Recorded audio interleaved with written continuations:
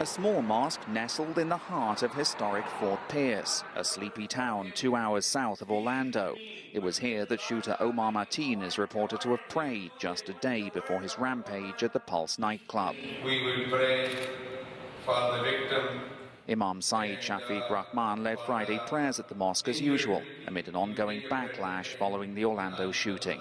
There have been people driving by the mosque, hurling insults, and quite frankly, the community is scared. This mosque was also attended by Mona Mohammed Abu Salah, thought to be the first American suicide bomber in Syria. We understand everything that happens. Obviously it's a tragedy, but it shouldn't reflect on the entire community here because you've had a lot of good people here. The Orlando shooter is understood to have attended this mosque for several years, but members of the local Muslim community have condemned the attack and insist they were unaware that Omar Mateen harbored a radical ideology.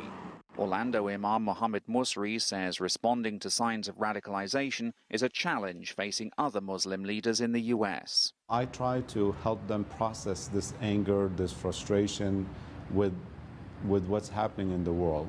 Imam Musri dismisses claims Islam itself is to blame for the Orlando attack, instead pointing to an emerging picture of Mateen as troubled and unstable. If it is a person with a Muslim name, we call it terrorism, we highlight it, we talk about it.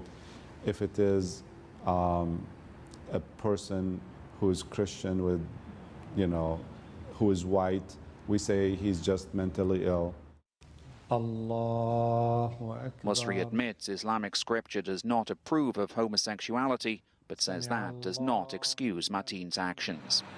Meanwhile, local Muslim leaders say they're cooperating with law enforcement as they continue to investigate what motivated the Orlando shooter.